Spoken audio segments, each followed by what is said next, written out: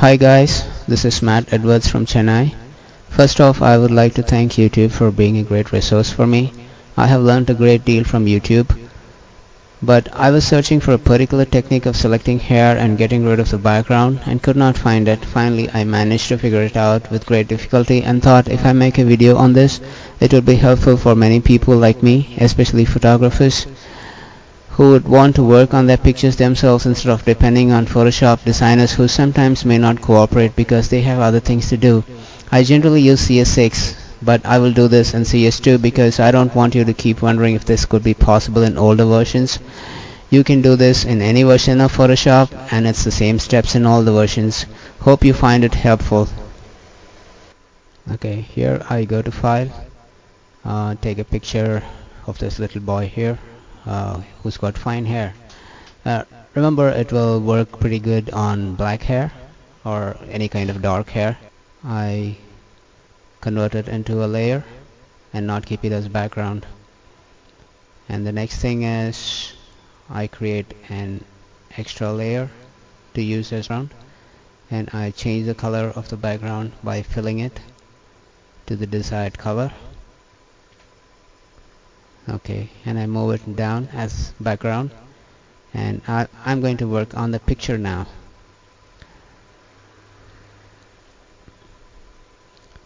I take the pen tool and I make a rough selection of the boy.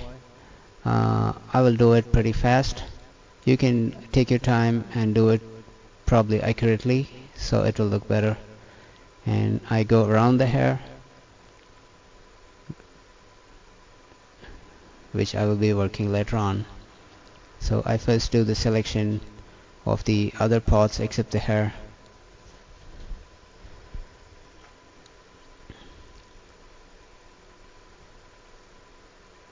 Okay, to the beginning point, and then I make selection. Okay.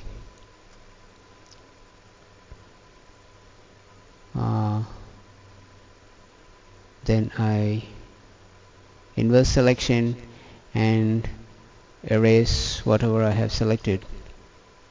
Remember, unless you inverse it, it will start selecting the inside. So I inverse it and select the outside, and now the background color is visible here. Alright, next I hit on Ctrl D, so the older selection is gone. And next I take the lasso tool so I can do the selection faster. I select around the hair again. Okay.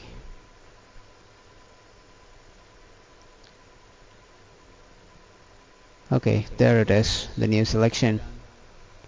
I hit on Ctrl J and then multiply. After multiplying, I go to Image, Adjustments, and then desaturate it. So by desaturating it becomes darker. Then I go to Levels, pick up the white point tool, and I click on a place where it is the lightest. Remember not to select on the hair, so keep track of where the hair is and where your background is, so you can select outside of the hair. Never select somewhere in between the hair. This technique may not work. You should select in the brightest point because you are using the white point tool. Select a layer in between the two layers, and then I take the eraser tool and I select the picture and not the other layer that came up last. I start erasing the background in the picture. You can see how it leaves the hair alone and erases the remaining, but although you can see some residue on the right, that depends on where you select. Sometimes you can try different points so the selection is better, so it leaves only the hair and not keeps all this residue. But still, even if there is residue, you can go and clean it up at a later stage. That's not a problem at all.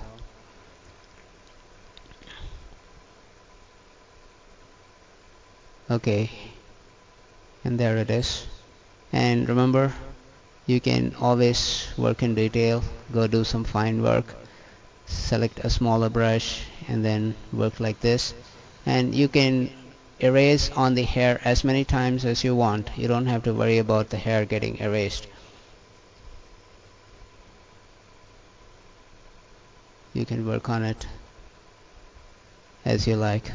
That's the biggest advantage with this technique again. You don't have to worry about the hair getting erased at all. You can go to and fro as many times as you want and the hair will still remain.